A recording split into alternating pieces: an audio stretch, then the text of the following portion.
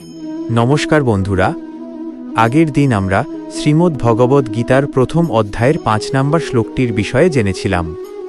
আজ আমি আলোচনা করব 6 নম্বর শ্লোকটি নিয়ে। আমরা সবাই জানি শ্রীমদ্ ভগবদ্ গীতা হল জ্ঞানের এক অমূল্য ভাণ্ডার। মোট 18টি অধ্যায় এবং 700টি শ্লোকের এই পবিত্র গ্রন্থে আমাদের জীবনের গভীরতম সত্য এবং প্রতিটি সমস্যার সমাধানের পথ পরমেশ্বর ভগবান শ্রীকৃষ্ণ স্বয়ং আমাদের দেখিয়েছেন। প্রতিদিনের মতো আজও আমি গীতার একটি নতুন এবং অত্যন্ত গুরুত্বপূর্ণ শ্লোক নিয়ে আপনাদের সামনে হাজির হয়েছি। আশা করি আপনারা পুরো আলোচনাটি অত্যন্ত মন দিয়ে শুনবেন। বিশ্বাস রাখুন, হয়তো আজকের এই আলোচনার গভীরে আপনার জীবনের কোনো জটিল সমস্যার সমাধান বা আপনার অস্থির মনের শান্তির চাবিকাঠি লুকিয়ে রয়েছে। চলুন, অনেক কিছু শেখার আছে, অনেক কিছু জানার আছে। আমরা আজকের আলোচনা শুরু করি। বিষাদ যোগ, ষষ্ঠ শ্লোক। যুধামন্যুশ্চ বিক্রান্ত উত্তমৌজাশ্চ বীর্যবান, সৌভদ্র দ্রৌপদেয়াশ্চ সর্ব এব মহারথাহা। অর্থাৎ বিক্রমশালী যুধামন্যু, পরাক্রমশালী উত্তমৌজা, সুভদ্রার পুত্র অভিমন্যু এবং দ্রৌপদীর পুত্রগণ এরা সকলেই মহারথী। চলুন বিষয়টিকে আরেকটু বিস্তারিতভাবে জেনে নেওয়া যাক। কুরুক্ষেত্রের যুদ্ধক্ষেত্রে চারিদিকে মৃত্যুর হাতছানি, বাতাসের বুক চিরে ভেসে আসছে শঙ্খের প্রচণ্ড নিনাদ। ঠিক সেই মুহূর্তে পাণ্ডব বাহিনীর সেনানী অর্জুন তার রথ থেকে চারপাশটা একবার চোখ বুলিয়ে নিলেন।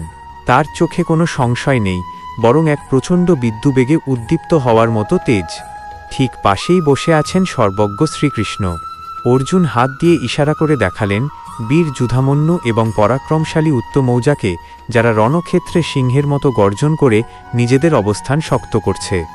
অর্জুন উত্তেজিত কণ্ঠে কৃষ্ণকে বললেন, মাধব, তাকিয়ে দেখো, আমার বাহিনীর ওই বীরদের দেখো। যুধামন্যু আর উত্তমৌজা যে অবিশ্বাস্য বীরত্বের পরিচয় দিচ্ছে, তা দেখলে মনে হয় আজ পরাজয় বলে কোনো শব্দই আমাদের অভিধানে নেই। আর দেখো আমার প্রিয় অভিমন্যুকে, সুভদ্রার সেই দুলাল যেন সাক্ষাৎ আগ্নেয়গিরি হয়ে জ্বলে উঠছে, তার সামনে কোনো ব্যূহ টিকবে না।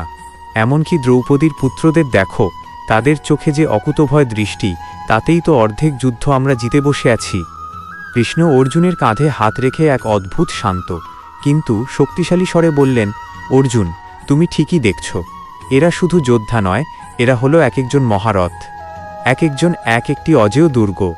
এরা শুধু অস্ত্র চালায় না, এরা নিজেদের ইচ্ছাশক্তি দিয়ে যুদ্ধের মোড় ঘুরিয়ে দেওয়ার ক্ষমতা রাখে।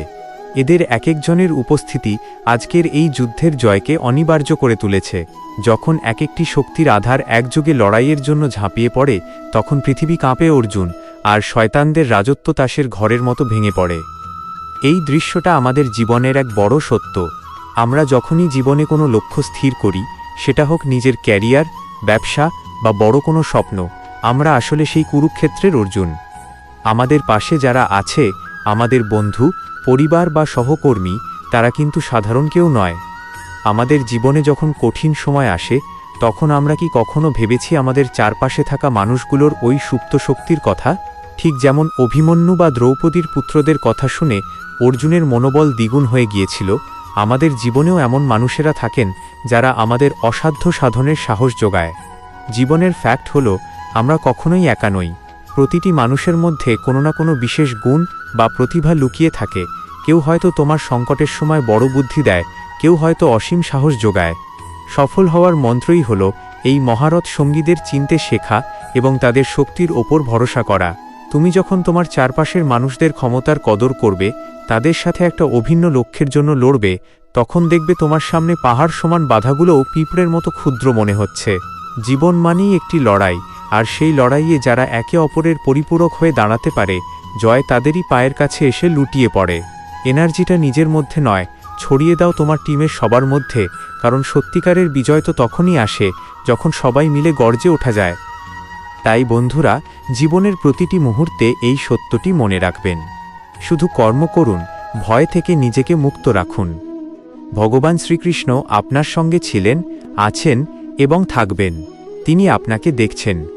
আপনার প্রতিটি নিঃশ্বাসে সেই পরমাত্মার উপস্থিতি অনুভব করুন।